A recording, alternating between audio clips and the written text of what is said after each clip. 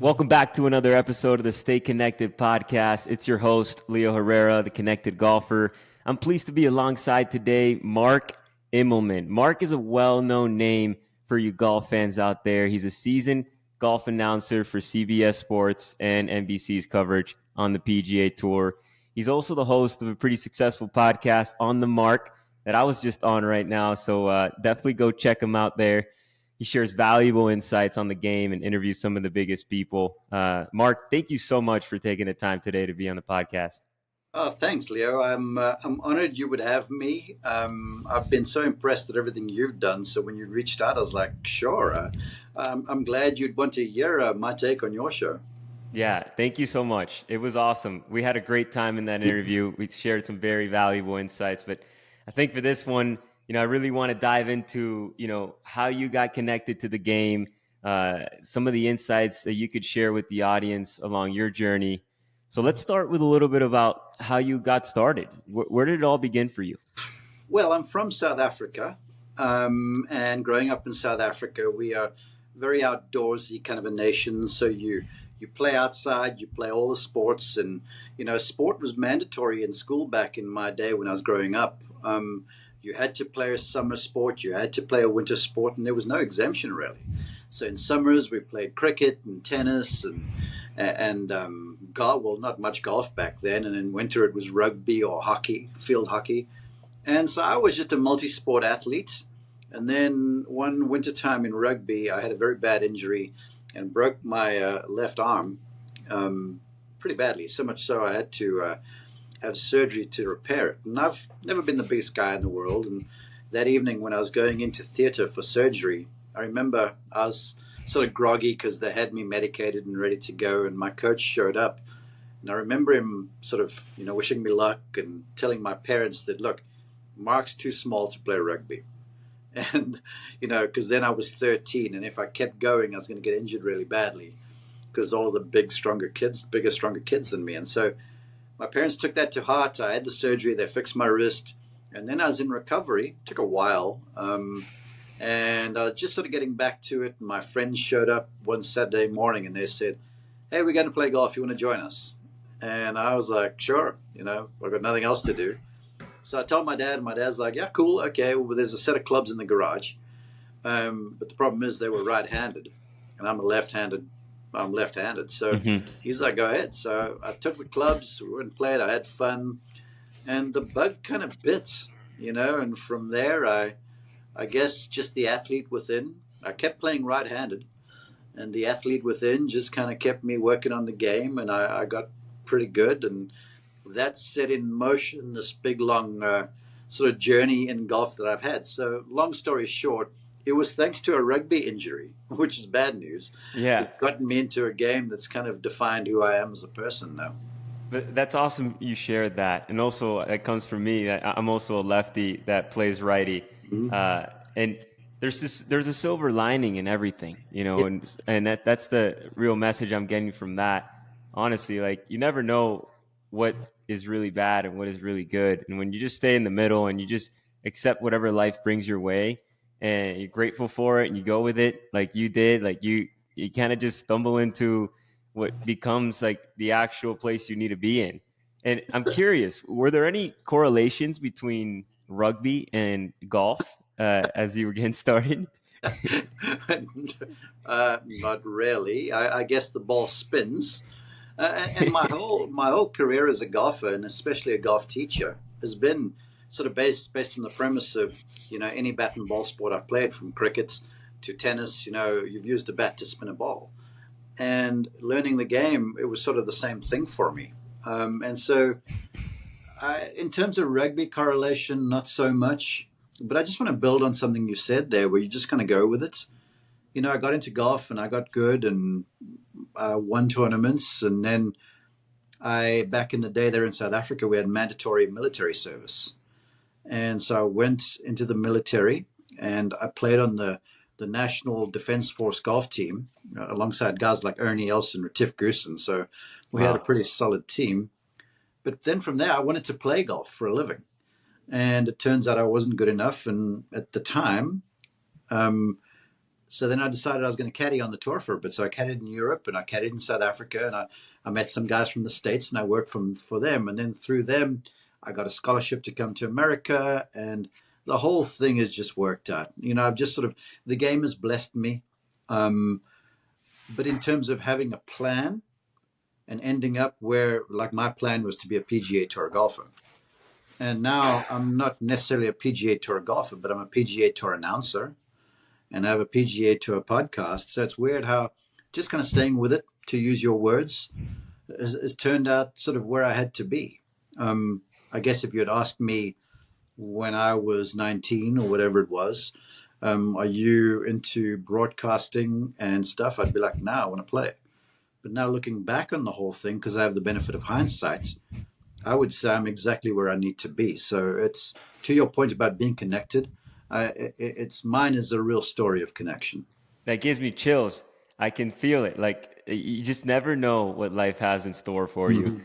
You just got to stay connected. And you've had such a diverse career in the golf world. You mentioned you were playing, you were caddying, you were coaching, broadcasting.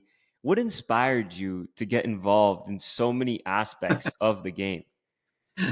I tell you what, off the top of my head, I have two daughters. You can see them in my daughter's classroom. So there's a lot of pink around here. And this is the youngest. And she's a huge Taylor Swift fan. And so recently we went to the Taylor Swift Eras concert. And so it's like Taylor Swift in her eras. I guess these were my golf eras. I was a player, and then I was a caddy for a while. Then I spent a brief tenure as an agent. And then that got me to college coaching, and I was a PGA Tour instructor. And just everything sort of graduated and flowed. And there's a bunch of serendipity and kind of God's hand in the way of the whole thing. So I wouldn't say that it was me looking for different jobs. It was just me staying in the game. And when playing sort of went away, playing competitively, it was kind of, I was just moving from one era into the next. And I was just sort of embracing where I was. And in the end, Leo, to be honest with you, all the years I spent giving golf lessons, because I've taught golf since 1996, all the years teaching, everyone from PGA Tour players to complete beginners, I think all those experiences qualified me, strangely in a way, to walk the role that I do with CBS Sports on the golf course right now. Definitely. And so it's like I went through all of this stuff, kind of keeping an open mind, taking my chances, not feeling like I'd landed somewhere. I always felt like there was something bigger within.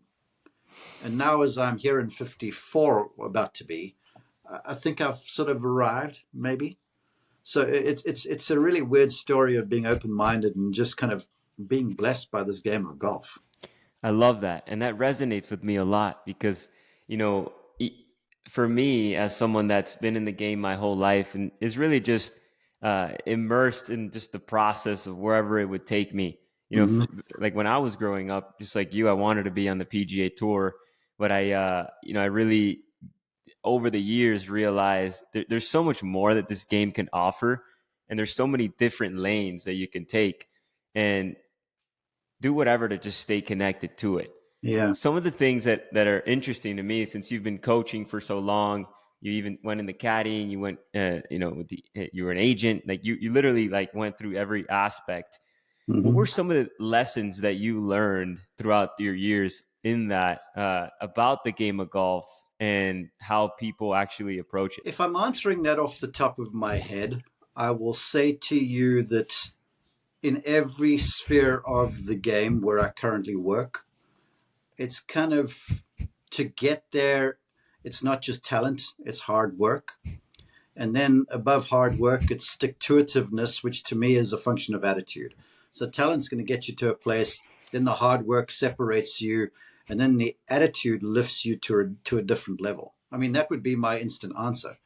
But as I think about your question, I would almost say that something I've learned along the way is to just really throw yourself in 100% to whatever you're doing. Because the more you advance in the game, whether you're a player or whether you're a caddy or whether you're an agent or a broadcaster, the more you get along the curve, the more talented the people are. And so that's when you've got to be completely invested, because if you're in one place wanting to be somewhere else, you essentially kind of, clipping your own wings. So I would say if I look back on the whole thing now, you've got to be completely invested, and you've got to be Yeah. prepared to lay it all on the line. Success or failure, you never know, but you've got to put your best foot forward, because if you don't, there are thousands of people waiting in the rear view wanting to get your spot. So I would say, it's hard work, talent gets you somewhere, attitude's a big one, but then you've got to be 100% invested, because if you aren't, you're never really going to know if you had what it took. Does that make Yeah, sense? 100%. And I want to go a little bit deeper to that because, you're really talking about being not only present, but being prepared as Mm-hmm. well. You've been in front of, the best players in the world. You've seen what it takes to make it to that level. How would you explain what it means to be fully immersed in the game of golf? I know this could be a very long answer, Yeah. but, in an abbreviated way, how would you say, you properly immerse yourself fully into the game? I'd use the word sacrifice, because Mm, all of these golfers that I get to watch from inside the ropes and talk about and spend time around, they haven't fallen to the top of the ladder. There's no accidental at that level. Now, a lot of golfers watching this, if you're talented, you can win up to a certain level, but every level there's a new devil. You and I talked about this on my show. And so to really get to where I think your heart's desire is, it's going to take some sacrifice.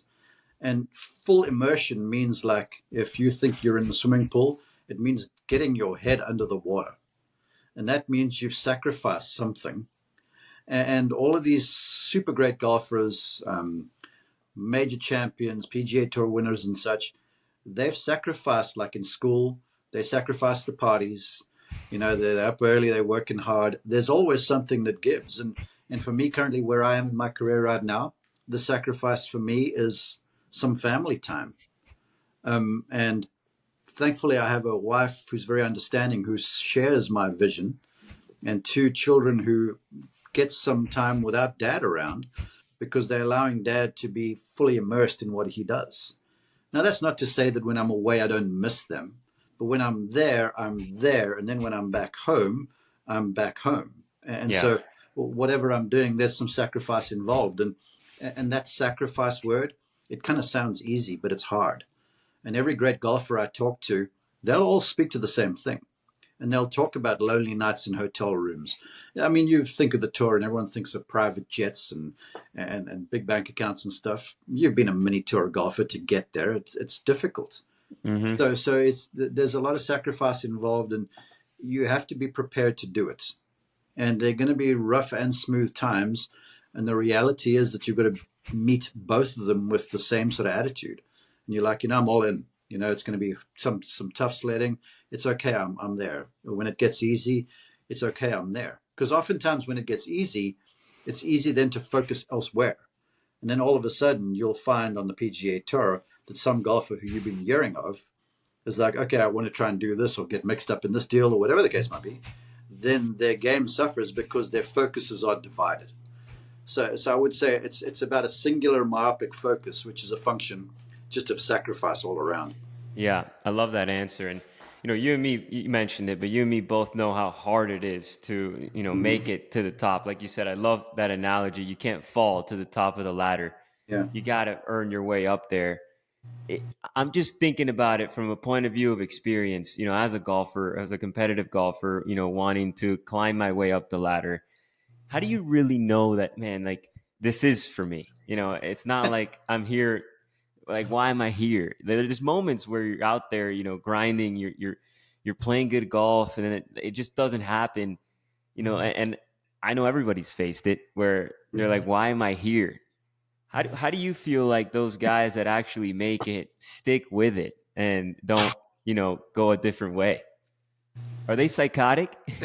You know what? Maybe that's $1 million question, and you could probably answer that better than me, because I tried to play as a pro, but I only did 3 events, and then there was something else, and that's when the agency deal came along, because I was a good golfer, but I had a younger brother who was the #1 ranked junior amateur in the world. And so agencies came after me to get me to work so they could get to him, kind of thing. And they enticed me by a nice salary. And so my focus got divided. Now, who knows if I'd stayed where I was, if I wouldn't have turned out into like a PGA Tour winner, for argument's sake. Nobody knows. No one can tell the future. But I would say to your question that you don't know, but you have to, whether you know or not, you have to commit to where you are. Yeah. So if you're going about it and you're like, okay, I want to be a pro golfer, but you're practicing like, it's like, if it doesn't work out, I'm going to be okay. You're probably not going to get there because there's, like I say, hundreds of other people who have the same goal, if not thousands. So, yeah, I think you're marginally psychotic. I think you have a sense deep down. Like I always knew deep down, and I hope this answers your question. Like wherever I was, I didn't feel like I was where I was at my final destination. And I think all of you young professionals know this. But sadly, we become the victim of finances or whatever the case may be. That's typically the thing that gets young aspirant pros out of the game, is running out of money. So that makes life hard. But for that story, I've also seen, young golfers who've stuck to it, and all of a sudden, a guy who lives just up the road from you, very good friend of mine, Eric Cole, who played the mini tours in Florida forever because he just loves the game. And he struggled, and all of a sudden he started winning, and the next thing he's on the PGA Tour. But he's still, on his weeks off, going back to play mini tour golf. Yeah. So it speaks to, again, that love affair with something where he's completely immersed, and this is kind of who he is. Yeah. So it's a really hard question to answer, and the folks that have made it, they've stuck to it. But I guarantee you, I've taught many, many young professional golfers. And still in our living room over there, we have a couch my wife Tracy calls the crying couch. Because the young mini tour player, they'd come for lessons, they'd have not much money, so they'd stay with us. Tracy would cook dinner, and after a glass of wine or two, they'd kind of be a counseling session, and they'd be crying because it's so hard. But there's something inside, I feel like, that keeps people going. So I know I haven't answered your question, but I just know that everyone that's made it, they've stuck to it. No, I think you did. And it does take another level of love for the game, love for the process of it.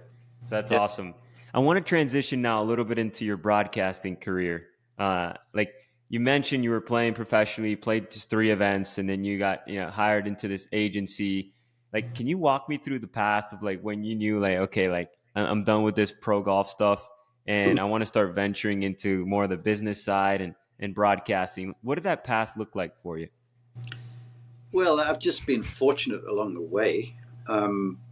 Like not everyone falls into a job with IMG, and because of my situation, that came along. And so I spent a couple of years representing South African golfers on the European Tour between London and South Africa. So I think that was an easy transition. But when I was there, I didn't really enjoy it, if I was honest with myself. The salary was good, but I found myself giving lessons to colleagues on the side. Because I've always been a golfer and I've always been interested in technique. And so that eventually turned into me making a call to someone over in Florida, and I'm like, hey, I want to teach golf. So he's like, well, come on. So I hooked up with David Ledbetter and people over there, and I came over and I left my well-paying job to get into a world of debt to just become a golf teacher. Wow. And thankfully that worked out. But again, I guess that's just 100% commitment. I was kind of dumb. I wish I'd made smarter financial decisions. But in the end, thankfully, it worked out. So the process wasn't like super clinical or anything. It was just me following my gut. And so I followed my gut into the agency world, realized this is not for me, into the teaching world, which I really am. I'm a teacher deep down, even though I'm a broadcaster now. That's my lane. And that risk that I took has turned out well, but it wasn't without heartache. I mean, I can tell you about times in London where on the weekend when I'm teaching young players on the PGA Tour, on the European Tour, I was working in a warehouse in London town, packing boxes of poplin shirts just for some extra money to fund my next trip to the next event kind of deal. So, wow. So I wouldn't recommend me for financial advice or anything like that. But looking back on it, I feel like every experience I had, thankfully, has sort of been a part of me growing into who I am right now. And as an agent, were you responsible for recruiting talent? I was, yeah, I was. Okay. To IMG, I signed a few good young players. One of them was a guy called Nick Henning, who was very good at the time. There was a young player, South Africa's leading young golfer at the time was a guy called Mark Immelman. And then the Champions Tour was just starting to happen. And there's a golfer called Hugh Bayaki, who has just turned 50. And they were very interested in him, and I helped do the deal. And he had a wonderful career on the Champions Tour and opened up sort of a lane for South African golfers to come play the Champions Tour as well. So, yeah, I recruited some. But I think deep down, always, I was still just the teacher. Yeah. I'm also interested in your path with David Ledbetter because I was just there at his academy not too long ago. I got to meet David for the first time, and super nice guy, and obviously a dinosaur in the industry. What were some of the nuggets that you took from David when it comes to golf instruction? Well, I always learned sort of by extension from David's because he had his number one man was a guy called Robert Baker, who was based in Orlando, then for a long time was down in Miami. And it was Robert who I started working alongside. And I learned a lot from Robert because he was very much a technician. But as far as Led goes, he's always been like a mentor and a father figure to all us young South Africans. And the thing I learned the most about him, aside from technical technique stuff, is just that communication as a teacher is the most important thing.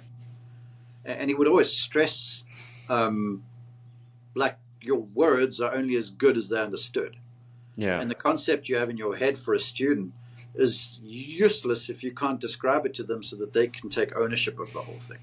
So apart from all the golf swing stuff I learned from him and the golf improvement stuff, I think he was the guy that always kept me true to making sure I kept my mind open enough to really find ways around a problem and to realize fixing an issue is not like you can only do this. You can find many ways to sort out the problem, and it's all a function of communication.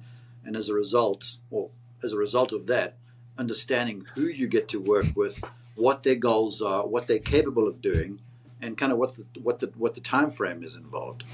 And as a golf coach, emerging myself and like helping some people out with their games and everything, I'm curious to know what were some of the challenges that you face as a golf instructor and like how you were able to overcome challenges in the past that are no longer challenges now. I came up in an era where the book I wrote, Lessons from the Best, I sort of wrote the introduction was about me, and I called myself a member of the Sony Handycam era.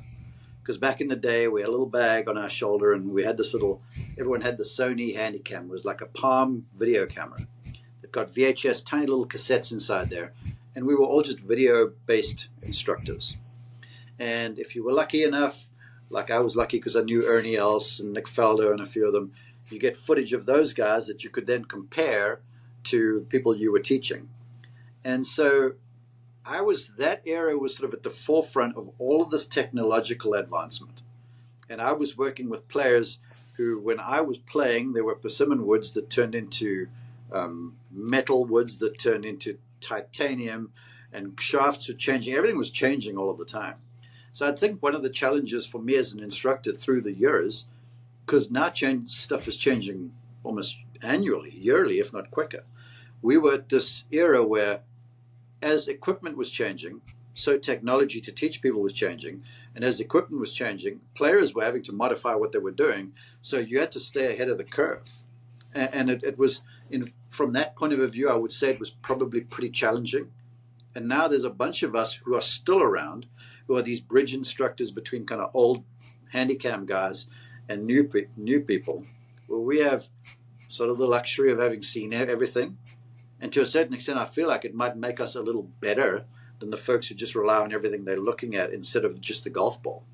Because I remember I met Dr. John Jacobs, who's like my golf teaching hero, one time when he gave a lesson to a guy not looking at the golfer. He just watched the golf ball and asked the player how the ball was struck. And he helped him straighten out his shots by just watching the ball. And so he said to me, he's like, you want to be a good teacher? He goes, the ball gives you all the information you need to know. And that was back then before launch monitors. He was like a walking launch monitor. And so now, because you understand how the ball goes, Now with the advent of all this other information, now we can make sense of the thing. So I would say the biggest challenge was just the constant change we were having to stay abreast of and in front of. I mean, especially if you're a teacher being hired to help golfers to go to another level in their game. Yeah. And in the midst of so much change, he kind of just kept it simple, like, Yeah. and just tuned into the art of the game. Mm. That's good, like for me to hear, because as the game has evolved, so much more technology is involved, and like I'm not the type of person to go in there and draw lines everywhere and try to like really find that out. That's not like really my lane. I'm more of the I'm more the artist, because I'm a player. I like to help people learn how to play the game. And although, the fundamentals and stuff are still important, you got to know that certain numbers. I think understanding how to control the ball is obviously the number one thing that we need to know. It's the one thing that impressed me, it turned me on to you, to bring you on as a guest on my show, because all the really great instructors I've seen, they use the technology to support their arguments. They could give the lesson without the launch monitor. They could make the player better without the force plates. They just use that stuff to say, hey, I've been telling you this. The ball told me so. Look, here's more proof. Yeah. And what the really quality instructor is able to do is they can say now, with the help of the launch monitor, to say, hey, you feel like you're attacking it from a better path. The launch monitor tells us you can go a little bit more. So all this helps the really quality instructor to do is like, yeah, you're on track. You can push this a little bit more. Yeah. Where when we didn't have that stuff, you were always kind of in this place where you're like, okay, he's good right now, or she's good, and we're seeing the shape we want and the trajectory we want and the height and stuff like that and the reliability and the consistency. But you're like, okay, this we know for sure. A step beyond this is somewhat risky because we're true to them playing well. But now with the help of this other stuff, we can take the concept and just kind of draw some guidelines for people to say, yeah, you're doing it, maybe a little more, because the numbers show. So I think that's what the really quality instructor like yourself, what you guys are able to do. Yeah. Thank you for that. So I want to transition over to another conversation. I have a quick question. Are you related to Trevor Immelman? Older brother. Older brother. Mm-hmm. So I met your dad at the PGA show then. He works for Flight Scope, correct? Yeah, that's correct. Johan. Yeah. So your whole family has been involved in the game of golf at a high level. How has that been like growing up and everything? Well, my dad only got into golf later. He worked for the Sunshine Tour as the commissioner for a bit, and then joined Flight Scope here recently. But I was the first in golf in the family. When I got injured, and then because Trevor's 9 years younger than me, so when I started, Trevor was about 4 or 5 years old. And so my mom and dad quickly realized, hold on, this is kind of built-in babysitting. So Trevor used to come to the golf course with me and my buddies. And I feel like, there's that phrase that goes, necessity is the mother of invention. Yeah. And Trevor, as a little kid, I think quickly learned, if he's going to keep up with the big boys, that he's got to find a way to score. And as a 6-year-old versus 15-year-olds, he's not going to hit it as far. So he had to learn to find other ways to score. And he did. And he got good quickly around the greens. And then when he added that, some strength when he grew up to what he was doing, all of a sudden the kid was unbeatable. So I think in terms of growing up in families, I was sort of at the start. But then when he got good as an amateur, I came over here to college to play 4 years in college. So I was in front of it, but then sort of somewhat removed from it. And now we're all kind of, it's weird because now we're all coming back to it. Yeah. Just Trevor and I are both with CBS, and my dad is obviously back in the industry with Flight Scope. So that's so fascinating. That's amazing. Feels like, it's so cool that you were around a player like that. Just to give kind of context to the people watching, Trevor is a major champion, one of the best players in the world back in his time, and he's now an announcer as well.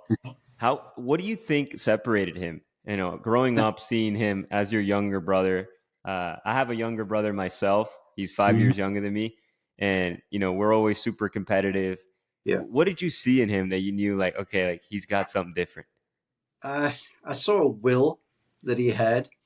Trevor, all the great champions to me, and I said this to someone here recently, it's not that they hit good shots. It's like they hit good shots at the right time. And the champions are timely in what they do. They make the putt when they need to. They hit the tee shot in the fairway when they need to. And so that's the first thing I feel like Trevor had. Because look, you got to be an athlete. He's naturally athletic. He had the timeliness. He had the will. But then too, at the time, I think it was what he did well that became his own downfall. Because Trevor, you could set your wristwatch on the fact that this guy, because we grew up in a very windy place in South Africa, he did this low, penetrating left to right shot, like a straight. He's left-handed like me, so the strong left-sided sort of squeezed fade. And you could set your dial on this thing, man. He would never miss, and he'd hardly ever miss the thing to the left. But then the desire to improve that for Trevor, to lift the trajectory, to play in the States, to play in major championships where conditions are firmer and faster. Then you start investigating, well, I've got to improve. So you start lifting launch angles. You start taking a little less side spin off the ball and you try and hit it with a little higher draw. He developed that, but in so doing, all of a sudden, that left to right shot became a little less predictable. Now, I don't know if he would agree with me, but as I watched him from the outside, because for a while I was his golf coach, but I've always been there as kind of like big brother. You know, like I said, that fade shot was a thing. Now he's got every shot, but like that money shot that he used to have, I think under pressure, he didn't trust it as much anymore. Then, of course, he got injured because he used to work super hard, because he worked harder than anyone I ever knew. I mean, he hit thousands of golf balls. When I was teaching him, I used to put him on a ball count. And I used to take out a stack of balls and say, no more than that, because he'd just keep going. And keep going and keep going until he wore himself out. And in the end, he got a left wrist injury and used to have surgery. So the thing that I saw was a will. He was timely. He was obviously athletic. And it just, when a shot needed to be struck or made, he could do it. That's awesome, man. So fascinating. So in the world of announcing, I'm sure you've witnessed a lot of very iconic moments in golf. What's one event or moment that stands out to you the most? Well, this is not in broadcasting, but watching Trevor win the Masters, you know, that has here, you know, watching your younger brother win arguably golf's most prestigious event there's no equal to that. But as far as me being on course with players, hell, I've seen Tiger hit some unreal shots. In terms of rounds played, one of the great rounds I think I've ever seen was Rory McIlroy shooting 64 at Bay Hill to win. It was one of the easiest 60 rounds of 64 I've ever seen. Wow. I've been on hand. I called Justin Thomas shooting 59 in Hawaii. Now, look, that was special, but Rory's 64 was almost better in a way.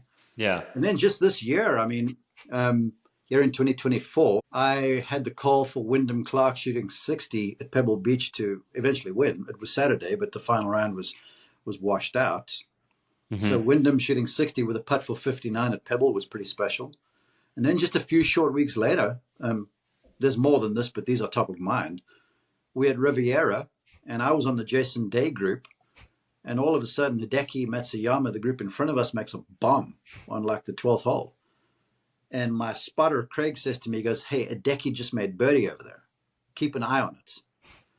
And as he said this, I talked to my producer, and I'm like, I call his name, and he calls me back. He goes, Mark, get to Hideki.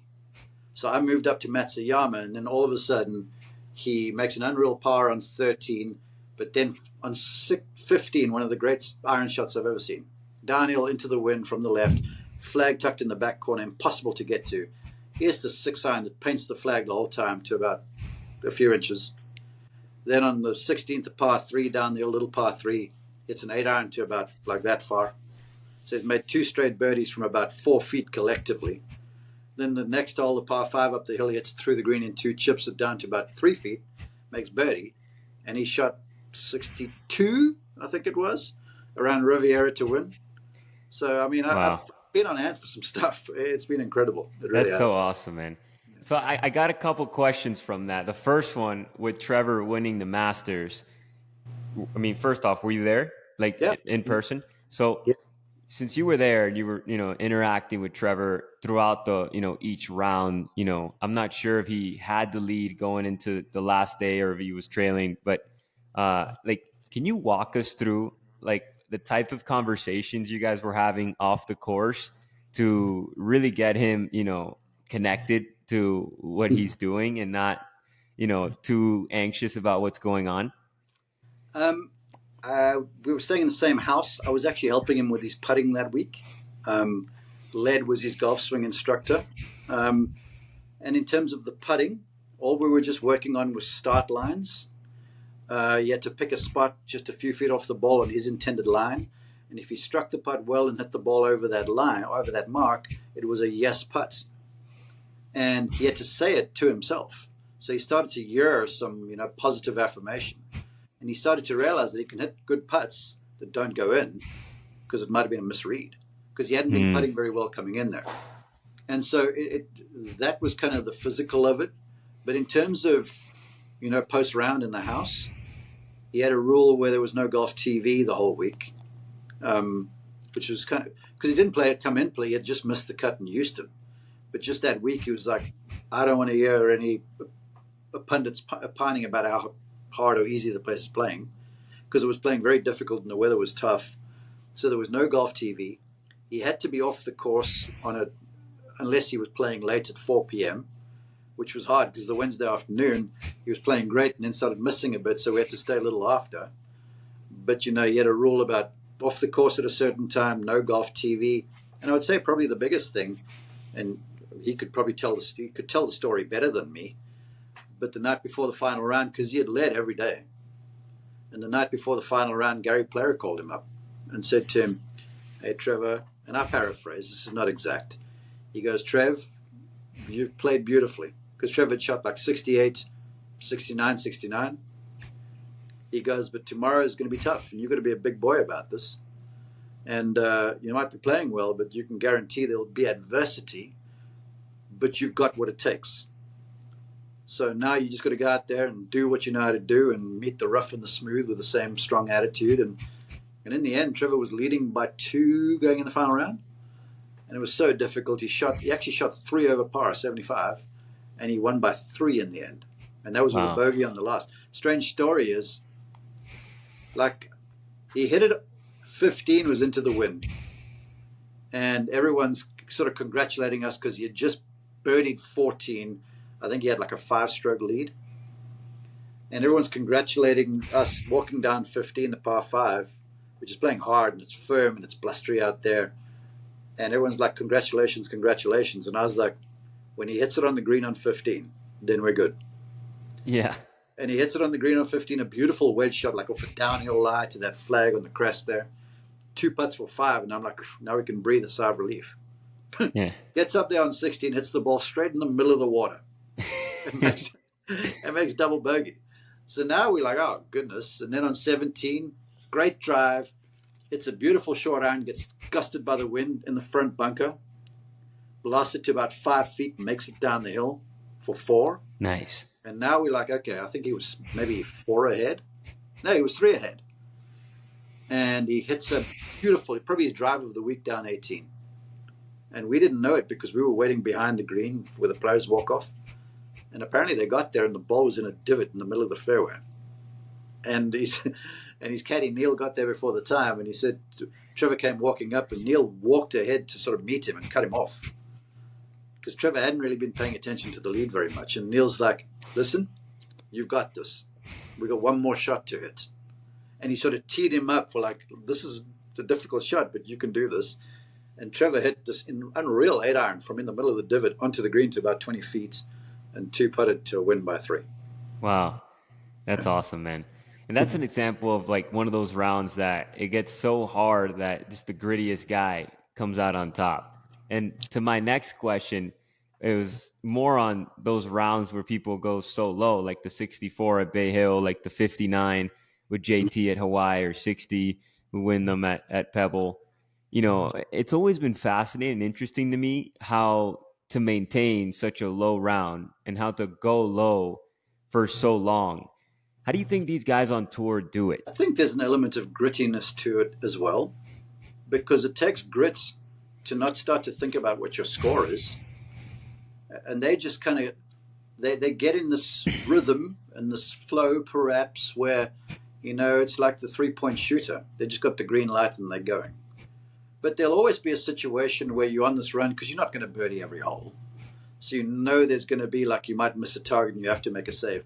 And they have the grit to be able to go, all right, I'm going to make this save here to keep this thing afloat. And that's what they do well. I feel like they just play the momentum and the ebbs and the flows of the round well. So there's grittiness to it. But still, it's when they're feeling it, from what I've seen, it's like they're unafraid of the next shot. And so putts are rolling at the hole, and if they miss, the ball's rolling by a few feet. Balls aren't limping at the holes when some guy's shooting 62. Yeah. So I would say it's just a freedom they play with, a lack of concern for what's happening next, which is the weird thing because when you're playing well, it's easy. When you're not playing well, then you're worried about missing the 4-footer on the other side of the hole. So you limp putts up there. So as a result, you don't make the birdie. So it's such a strange mental sort of a tightrope that you walk. Yeah, it is. It's funny you mentioned that. Today I was playing a game and one of my buddies, he's been struggling with his game a little bit, and I gave him a little tip. I was like, hey, today when you're on the greens, I want you to hit every putt as if you already made it. So go into it as if it already went in and you're just going through the motions rather than trying to make it. And I think it's that kind of mentality where you mentioned being fearless. Eliminating that fear comes from certainty, in my opinion. Comes from like that inner knowing. Would you agree? Yeah, I would agree. But the inner knowing, certainly. The inner knowing to me is that you know that you are able to do whatever the next examination is going to be. Yeah. And the reality of it is, just because you can do it doesn't mean it's going to work out. And the reason why I can say that is that tee shot up the 18th at Augusta National that Trevor hit in the final round. He hit the tee shot perfectly, but the ball ended up in a deep divot. Yeah. So it's like, it's just a knowing, I guess, and that comes from preparation and attitude that, wherever the ball ends, I can deal with it. Yeah. And, and on the shadow side of that, even though I've dealt with it properly and I do make a mistake, I can deal with that too. Yeah. And so it's that comes from practice and self-belief and stuff. But these players, these top guys, they also struggle with it. They don't do it all the time. Yeah. That's important to know. Yeah. Yeah. It's sort of a reality check. I've just interviewed the last couple of days, Adam Scott and Joel Damon both. And both of them told stories of how Adam was like, the one time I was playing in this event, he goes, and I'm leading. And the next thing, I don't feel like I can hit the ball in the face whatsoever. It's crazy. And I'm like, best swing in the world. Exactly. You're Adam Scott, for Pete's sake. And then Joel Damon was talking about how in Punta Cana, he was leading, got off to a final round, got off to a flyer, like 4 under through 6. Made the turn, and he said there was this long cart ride from the 9th green to the 10th tee. And he said during that cart ride, he started thinking about the fact, hold on, I'm leading a PGA Tour event. And he said for the next few holes, his mind just went haywire. Started panicking, made a few bogeys, the whole thing he called it spaghetti brain. It started setting. He said, and then all of a sudden on the 16th hole, I turned around and I look at the leaderboard and my big lead had evaporated and I was now one behind or tired or whatever it was. And he goes, then I looked at the thing and I realized, hold on, man, let's enjoy this. I'm actually playing well. I'm tired for the lead or whatever it is. Yeah. And turns out he ends up winning on the last hole. So it shows that, even the best are not immune from the stuff that all the regular golfers face on a day-to-day basis. 100%. That's so true. We all face it, man. It's such a tough game, and it's very hard to go down this rabbit hole and not really, control yourself because, the game just brings it to you. So I'm curious, and I want to wrap this up on this point because we've been going on for a little bit, but it's been very interesting. You're a player, you're a coach, now you're a broadcaster. When you're broadcasting, how do you prepare for major championship golf as an announcer? Are you going out and really studying the courses so you make sure you have all the data? What does that process, that routine look like for you? I do, and I'll sort of turn this into a golf lesson or maybe even a lesson for students or for businessmen going to meetings. The more you know, the more it empowers you for when something goes wrong. So like you go and study for the examination, and if you don't know all the material, the chances of you getting the question that you don't know are pretty good, right? And then you go in there worrying about the fact that, well, I hope they don't ask that question. And then you hit the ball down on the golf course, the same thing happens. So if you don't really know what's going, or everything, or are adequately prepared, then there's always that seed of doubt, and then there's something you might have to deal with that you're not prepared for. So when I prepare for any event, but especially the big ones, you do as much preparation as you can. Not in the instance that I'm going to use all the information I have, but just in case something goes wrong and maybe they lose the feed to the show. And now we've got to fill time on television for 2 hours. I've got to have some stuff in my head that I can talk about, for that disaster moment. Yeah. And I would sort of call golf preparation and TV preparation and business preparation, know your stuff so that if the proverbial stuff hits the fan, you can look like a professional. 100%. Because it's easy to look good when stuff's going your way, but when stuff isn't going your way, that's how the good golfer separates themselves. That's how the good broadcaster separates themselves, sort of across the board. So you prepare a lot. Yeah. If I know what my group is the following day, because my job on the course is volatile. Because I'm a victim of where the ball's going to end up and how the player is playing. If you're a tower announcer, everyone's coming through there, and you've got to know something about everybody. But I've got one guy who might be playing well, might be playing badly. Ball might end there, ball might end there. So I'm a victim of circumstance, really. But for players, I'll go and talk to their coaches, see what they've been working on. I'll talk to the players. I'll look in the golf bags, see if there's any club changes, shaft changes, anything like that. I'll ask questions like that. I'll go and look at the course before the time, look at hole locations. So when I'm out in the course and over a 6-iron with the flag over there, I'm going to be like, trouble on the right's no good. It's impossible from there. So you can always set up a situation a little bit. So, yeah, I prepare a lot. We all do. But it's more for the disaster moment than anything else. Yeah, I love that. That's a message for anyone in anything, honestly. Prepare so you're ready for the bad moments, because they're going to come. It's how you face them, how you overcome them. And my last question to you is, you've been along the greats of the game. You've seen a lot of top talent. In your opinion, what common traits do you think separate the good players from the elite players? The elite players, when a shot's finished, it's finished. That thing does not go with them. The elite players have the ability to be very present. I think right now, Scottie Scheffler is probably the best of them at it, where they're not worried about what has happened or what might happen or what could happen. Like Scottie, here's a guy who shot 66 at a major championship after being arrested that Friday morning. Yeah. And he had 20 minutes to prepare. His mind could have been in prison still. But he's just so present. So the greats stay where their feet are. The greats don't allow the previous shot to affect them. And I just think there's an immeasurable thing about them, because we live in the era of measurability, where there's a statistic for everything.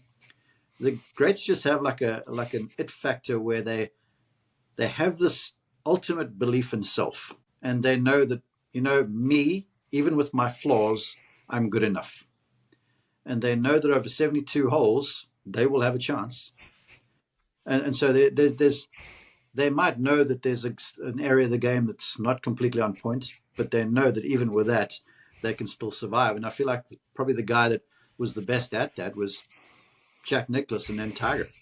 Because Tiger could get by an errant driver any day of the week. But he did what needed to be done to stay around to win tournaments. So I would say they where their feet are, there's a self-belief about them that's immeasurable. And then I won't say they're content with the result, but they're always up for the challenge. They really are. Yeah. If I look at them compared to the player who's sort of struggling on the tour or whatever, the good player wants the conditions hard. The elite player, The not so good player doesn't really want the conditions to be really difficult because that exposes one. So the elites welcome that. There's a mindset to say, harder the better, bring it on. I love that. I hope you guys are taking notes because we got some really good insights here from Mark. Mark, thank you so much for taking the time to be on the podcast today and share all your valuable experience in the game of golf. Leo, it was my pleasure to be with you. Thank you for having me. Yes. So where can they find you if they want to follow your stuff? Website is markimmelman.com. The book is available at back9press.com/Immelman. Social media is Mark_Immelman. Awesome. Thank you so much, Mark. I hope you guys enjoyed this podcast and stay connected for the next one. See you guys.